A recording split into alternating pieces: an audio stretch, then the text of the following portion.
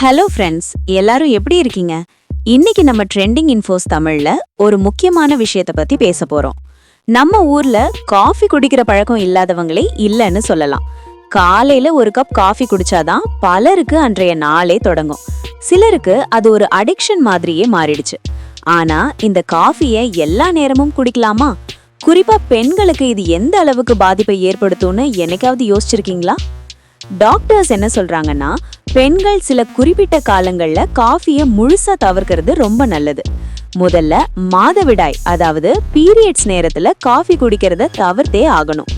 ஏன்னா அந்த நேரத்துல காஃபில இருக்கிற கஃபைன் நம்ம உடம்புல தேவையில்லாத பதட்டத்தையும் மன அழுத்தத்தையும் அதிகமாக்கிடும்.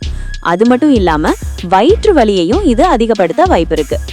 அடுத்ததா, குழந்தைக்கு தாய்ப்பால் கொடுக்கும் தாய்மார்கள், நீங்க குடிக்கிற காஃபி உங்க குழந்தைக்கும் பாதிப்பை ஏற்படுத்தலாம். இதனால குழந்தைக்கு தூக்கம் சரியா வராம போக வாய்ப்பு இருக்கு. அதே போல ரத்த சோகை இருக்கிறவங்களும் காஃபியை தவிர்க்கிறது தான் புத்திசாலித்தனம். ஏன்னா காஃபி நம்ம உடம்புல இரும்பு சத்து சேர்றத தடுத்துடும். அதனால ஃப்ரெண்ட்ஸ், காஃபி குடிக்கிறது தப்பு இல்ல, ஆனா அதை சரியான நேரத்துல சரியான அளவுல குடிக்கணும். இந்த தகவல் உங்க வீட்டு பெண்களுக்கு ரொம்பவே யூஸ்ஃபுல்லா இருக்கும்னு நினைக்கிறேன். முடிஞ்ச வரைக்கும் இந்த வீடியோவை எல்லாருக்கும் ஷேர் பண்ணுங்க. உங்களுக்கு இதை பற்றி வேற ஏதேனும் சந்தேகங்கள் இருந்தால் கேட்கலாம்.